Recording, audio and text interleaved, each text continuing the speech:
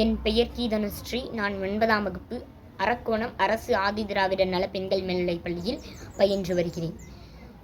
அறத்துப்பால் பொருட்பால் என என் ஐயன் அன்பால் எழுதிய அன்னை தமிழே, முதலில் உம்மை வணங்கி, தமிழில் பிறந்து தமிழால் வளர்ந்து தமிழால் உயர்ந்து தமிழை உயர்த்திய தமிழ் சான்றோர்கள் யாவருக்கும், மேலும் இக்காணொளியின் மூலம் என் நாவின் வரிகளை கேட்டுக்கொண்டிருக்கும் அறிவு சுடர்கள் யாவருக்கும் இந்த 3 எழுத்துரிமைக்காரியின் வணக்கத்தை தெரிவித்துக் கொண்டு, இன்று நான் எடுத்துக்கொண்ட தலைப்பு விடுதலை வேள்வியில் வீரமங்கையர்கள்.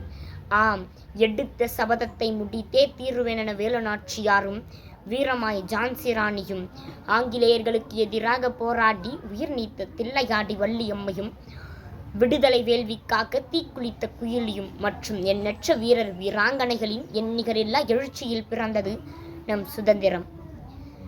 ஆணும் பெண்ணும் நிகரென கொள்வதால் அறிவு ஓங்கி இவ்வையகம் தழைக்குமாம் என்கின்ற நம் பாரதியின் வாக்கிற்கிணங்க விடுதலை வேள்வியில் ஆண்களுக்கு நிகராக பெண்களும் பங்கேற்றனர்.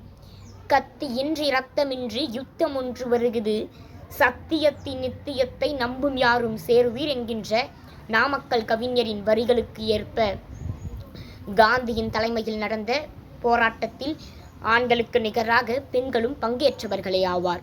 ஆம், தேசிய அளவில் ஜான்சி ராணி, அன்னி பெசன்ட் அம்மையார் போன்றோரும், தமிழகத்தில் வேலுநாச்சியார், தில்லையாடி வள்ளியம்மை, கடலூர் அஞ்சலை அம்மாள், லீலாவதி அம்மையார் போன்ற பல பெண் போராட்ட வீரர்களும் நம் நாட்டின் விடுதலைக்காக போராடியவர்கள் ஆவார். வேலுநாச்சியார் அம்மையார் அவர்கள், இவர் இந்திய விடுதலைக்கு வித்திட்ட முதல் பெண் பேரரசி.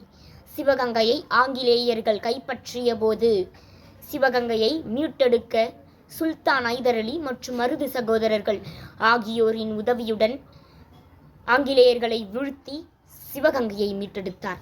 ராணி லட்சுமிபாய் அம்மையார் அவர்கள் ஜான்சி ராஜ்யத்தின் ராணி ஆவார். ஜான்சியை ஆங்கிலேயர்கள் கைப்பற்றிய போது ஜான்சியை காப்பாற்ற ஆண் வேடம் பூண்டு தனது வளர்ப்பு மகனை கையில் ஏந்தியபடியே கடுமையாக போராடினார். பிறகு 1858ஆம் ஆண்டு குவாலியரில் ஆங்கிலேயருடன் நடந்த போராட்டத்தில் வீரமரணம் அடைந்தார். தில்லையாடி வள்ளியம்மை தனது 16ஆம் வயதிலேயே ஆங்கிலேயர்களுக்கு எதிராக போராடி உயிர் நீத்த வீர போராளி அம்மையார் அவர்கள்தான். காந்தியடிகளுடன் இணைந்து பல அற போராட்டங்களில் கலந்து கொண்டு பல ஆண்டு சிறையிலும் வாடியுள்ளார்.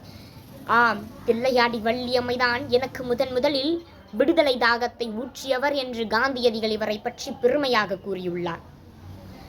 கடலூர் அஞ்சலை அம்மாள், இவர் ஒத்துழையாமை இயக்கம், நீலன் சிலையை அகற்றும் போராட்டம், உப்பு காய்ச்சும் போராட்டம், வெள்ளையனே வெளியேறு இயக்கம் போன்ற பல போராட்டங்களில் கலந்து கொண்டு பல ஆண்டு சிறையில் வாடியுள்ளார்.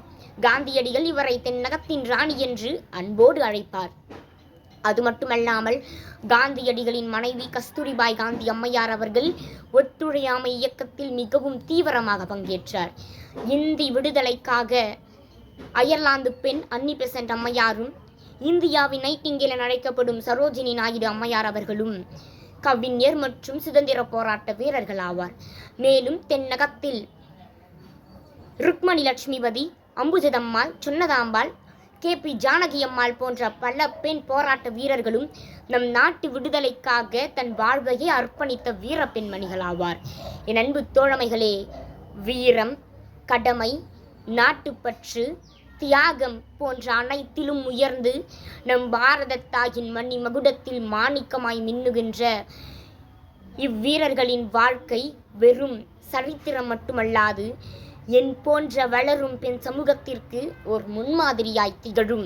இவ்வீர மங்கையர்களை பற்றி பேச எனக்கு கிடைத்ததை வாய்ப்பாக எண்ணாமல் ஓர் வரமாக எண்ணி என் உரையை நிறைவு செய்கிறேன். நன்றி, வணக்கம்.